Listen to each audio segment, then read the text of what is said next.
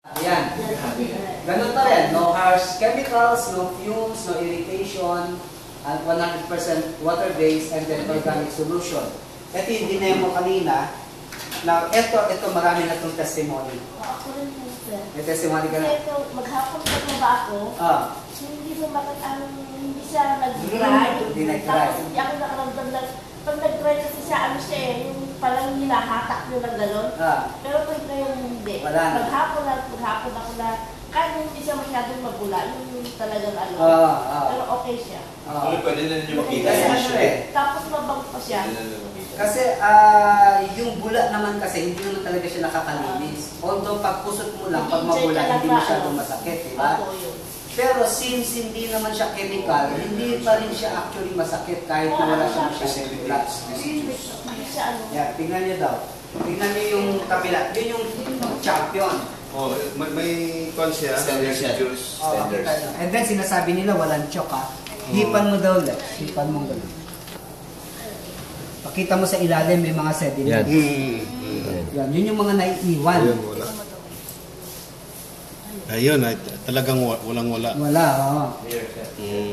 Alam niyo yan, yan yung ano, tumitigas. Ito ba ay ginanon? Para matunaw? Pareho sila. Pareho yan, ginanon.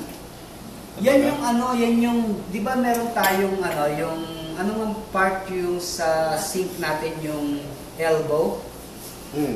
Yan yung tumitigas. Yan, yung chok na yan o may tawag pang silang Perlite. Perlite. Lime. Tumitigas yan.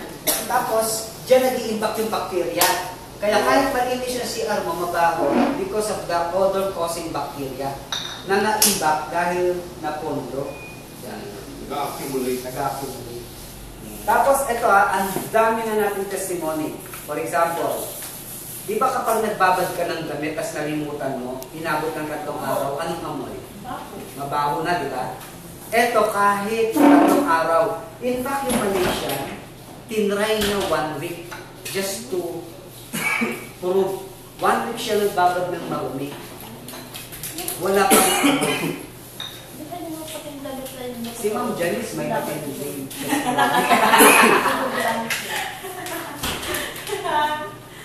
Ako? Nagkaroon na ako. Tapos, nagkaroon ng tagos.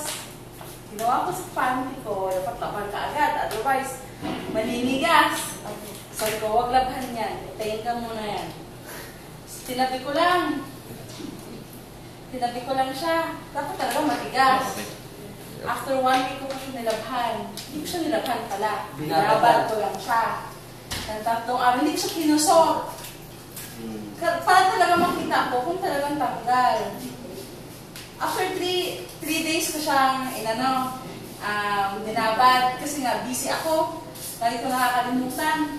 Titingnan ko kung mangangamoy yung tubig. Diba? Wala siyang amoy. Tapos, kinusok ko na lang siya ng kaunti kasi halos wala na eh. Halos wala na. So, matigas pa yun ha. Halos wala na. So, sabi ko, pwede to sa mga tamad. Maglama. Then yung mga teachers ng Davao Christian, gumagamit na nito. May isang teacher ng Davao Christian na hindi naglalaba kasi allergy siya sa sabon. So, may labandera talaga siya. So, nung in-offer sa kanya to, sige lang, itry mo. Nung isang teacher, nag-healer natin. Itry mo. Takot pa siyang gamitin, pero tinry niya. So, inaabangan niya na mag-react yung allergy niya, ma-activate. Wala. Hindi siya talaga na-allergy. So, sa cleaning power, malakas siya. Tapos, hindi pa siya harmful, hindi rin siya mainit sa kamay. Hindi siya mainit sa kamay. Dahil usually, pag naglalaba, mainit sa kamay. Yan, siya hindi. Naging manipis. Siya hindi. Then ang isang din, yung kaya umaamoy minsan, dahil sa chemical base na damit, yung ginamit natin panlaba, tapos papawisan. So magsasalubong yung chemical at saka yung pawis. Nagkakaroon ng hindi magandang amoy.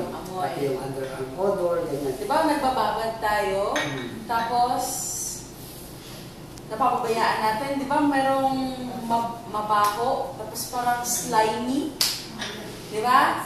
Yun ang epekto ng chemical base. Yes, yun yung borax. Makikita natin mamaya doon sa experiment natin mamaya. Kung ano yung nagiging slimy. So madami na siyang yung isang gumagamit na dealer ko, napansin niya talaga, nawala yung amoy nung katawan niya. Yun pala, dahil dun sa yung chemical na, yung pawis niya, tapos maghahabol. Pawis kasi natin is acid. Kasi acid. Tapos yung sabon is high alkali. So may tendency, tapos may iba pa dyan, mga petroleum base. So wax, ganyan. So pag naghalo yan, mangasim ka talaga. Okay? Next. Yan. So, price. Yeah. 50 pesos SRP natin. And then, ang dealer's price is 36. 350 grams yan. Kung mag-base ikaw doon sa... Kasi yung iba is 25 grams. 25 grams, 25 tapos grams, 5 pesos. Diba? Pag kinumpute mo yun siya, lalabas ng 70 pesos ang kilo. Kasi 350 grams divided by 350 grams divided by mga tag 25 grams, lalabas 14. So 14 times 5 pesos, 70 pesos. Mahal pa rin sila. So mura pa rin tayo. Kung gagawin mo naman siya sa shake, ito, sa 35 grams, lalabas 350. 350. Diba? So, mas mura siya. Kasi yung iba, 35 pesos. 35 grams, 5 pesos. Mahal. Sa atin, pag ginawa mo siyang 35 grams naman, 5 pesos. 350. Ang 5 pesos ay tulad ng 5 pesos na gawa nila 6 pesos. Oo. Sa Tindahan. Patungan pa rin. Chemical base pa yun. Dapat sa 5 piso mo, makuha mo yung worth ng 5 piso mo. Hindi lang yun siya 5 piso lang. Pera din yun, may halaga yun.